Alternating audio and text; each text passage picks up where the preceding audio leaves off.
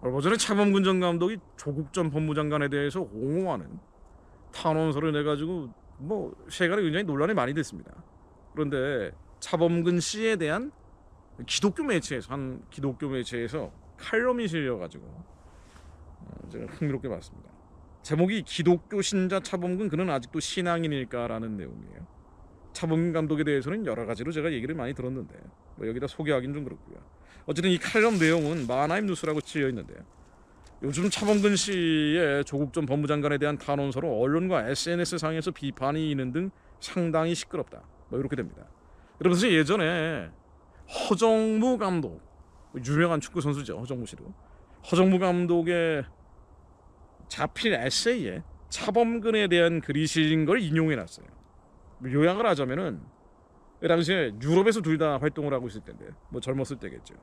허정무 씨가 임신을 하고 그 부인이 유명한 아나운서 최민아 씨 아닙니까? 아내가 임신한 상태에서 차범근 씨를 만나러 갔다는 거예요.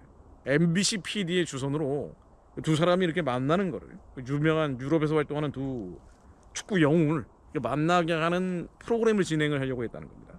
그런데 차범근 감독이 독일에 있고 허정무 씨는 네덜란드에 있고 차범근 감독은 독일에 있었다는 거예요. 그러니까 엄청 떨어져 있었다는 거죠. 근데 차범근 감독이 자기 있는 대로 오라 그랬다는 거예요. 임신한 부인을 데리고 말이야. 그래서 MBC PD하고 같이 갔는데 딱 가니까 차범근 감독이 일방적으로 취소해버렸다. 이런 에피소드입니다.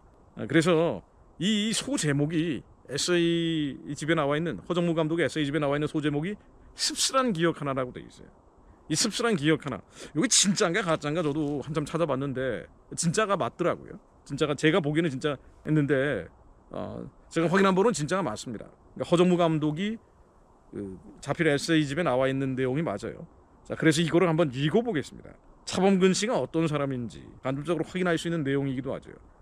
그러니까 우리가 약간 좀 이해가 잘 안 되는 게, 차범근 감독이 엄청 신앙이 깊은 사람으로 알려져 있고 교회에서 간증도 많이 하고, 차범근 감독의 간증 영상도 예전에 비디오로, 그 다음에는 영상으로 많이 돌았다 그래요.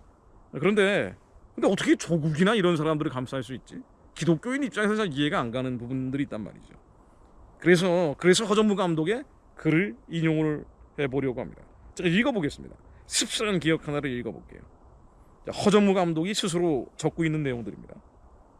주전으로 자리를 잡기 시작한 그해 겨울에 장명석 MBC 파리 특파원으로부터 연락이 왔다. 우리 부부와 독일에 있는 차범근 선배 부부가 함께 자리를 해서 이야기를 나누는 장면을 찍어서 방영하고 싶다는 것이다. 허정무 감독이 후배죠. 마다할 이유가 없었다. 차범근 선배 때문에 내가 유럽에 진출한 것이고, 유럽에서 열심히 활동하는 모습을 보여주면 국내 팬들에게 한국 축구에 대한 인식을 새롭게 할 수 있으리라 기대했다. 이때쯤에는 유럽의 김진국 선배를 비롯해서 박상민, 김민혜, 박종원 등이 진출해 있어서 유럽 무대에서의 한국 축구 위상을 소개할 필요가 있었다. 그런데 장특파원이 차 선배가 있는 프랑크푸르트에서 만나는 게 어떻겠냐고 어렵게 말했다. 에인트호벤에서 500km 남짓한 거리였다. 시속 50km로 달리면 10시간. 어휴, 엄청 먼 거리네요. 100km로 달리면 5시간이면 가겠지만. 자, 어쨌든 솔직히 말해서 중간 어디쯤에서 만나면 좋겠지만 후배가 가는 것이 도리라고 생각해 흔쾌히 좋다고 했다. 나중에 안 사실이지만 차 선배 쪽과 먼저 통하여 내가 그쪽으로 가는 것으로 결정해놓고 내 의견을 물었던 것이다. 이렇게 하면 안 되는데. 어쨌든 그래서 혹시 내가 자존심 때문에 가기 싫다고 하면 어쩌나 걱정하던 차에 내가 쉽게 응낙하자 장특파원은 그제서야 걱정을 덜었다. 호탕한 사람이네요, 허정무 감독이. 그런데 제가 네덜란드에서 여행을 안 다녀봐서 길을 잘 몰라 그게 걱정입니다. 잘 됐네요. 제가 에인트호벤으로 가서 같이 프랑크푸르트로 가면 좋겠습니다. 장특파원은 일이 잘 풀린다고 생각했는지 조금은 신나는 목소리로 말했다. 장특파원은 토요일에 에인트호벤으로 와서 하룻밤 자고 이튿날 새벽 출발하여 정오에 차 선배를 만나기로 스케줄을 짰다. 약속대로 자기 아내를 데리고 토요일 오후에 도착했다. 출장길이지만 아내와 여행하는 것도 좋고 나와 차 선배 부부가 함께 만나는 것이므로 자기도 아내를 동행한 것이다. 장특파원은 기분이 좋은지 작은 선물까지 사가지고 왔다. 마침 이날 경기였는데 골을 기록한 터라 나도 기분이 좋았다. 호텔에서 저녁 식사를 하고 맥주까지 곁들였다. 이튿날 새벽에 출발하려고 일어났더니 밤새 눈이 내려 수북하게 쌓여 운전할 길이 걱정이었으나 이미 약속한 터라 조심조심 운전하며 프랑크푸르트로 출발했다. 이때 아내는 임신을 해서 배가 많이 불렀다. 장거리 여행이 안 좋을 수도 있지만 차선배 부부를 만난다는 기쁨에 기꺼이 함께 가기로 했다. 네덜란드에 있으면서 몇 번 전화로 인사한 적은 있지만 유럽에서 직접 만난 적은 없다. 지도를 보는데 익숙한 장특파운의 차가 앞에 가고 내가 그 뒤를 따랐다. 누리 고생했어도 시간에 맞춰 약속 장소인 프랑크푸르트 공원 앞에 도착할 수 있었다. 섭외한 촬영팀은 벌써 나왔는데 차범근 부부는 보이지 않았다. 장특파운에게 뭔가 속삭이는 촬영팀 책임자의 표정이 어두웠다. 핸드폰이 없던 시절이었다. 장특파운이 근처의 공중전화에서 오랫동안 통화하더니 내게로 왔다. 죄송하게 됐습니다. 차 선수가 약속을 취소했는데 왜 왔느냐고 하네요. 왜 왔느냐고 하네요. 무슨 소린가 했다.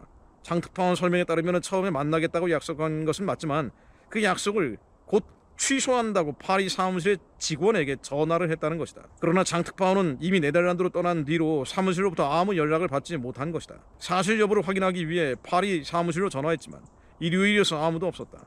난감했다. 우리 부부가 500km를 달려서 도착했다고 말했나요? 그럼요. 그래도 그냥 쉬겠답니다. 섭섭했다.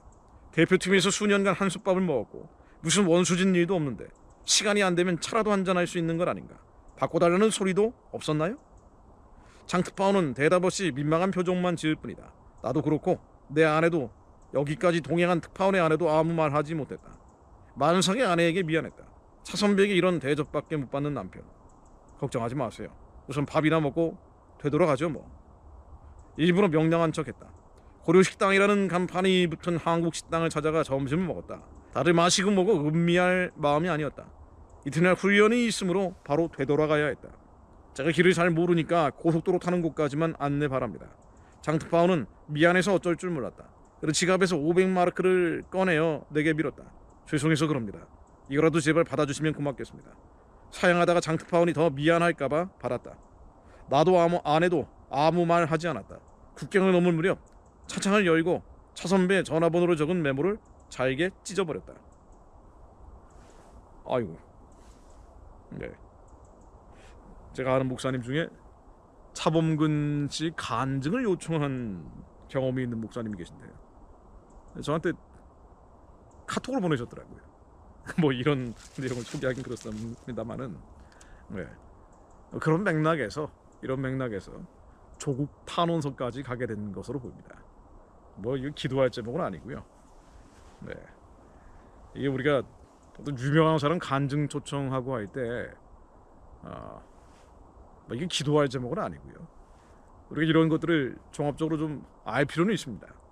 그런 차원에서 말씀드려봤습니다. 날이 어두워지네요. 여기 이제 사슴 똥이 있는데요. 이 똥이 여기도 보이네요. 똥이 왜 이렇게 많은지 모르겠어요. 여기저기 똥 같은 것들이 말이죠. 네, 마무리하겠습니다.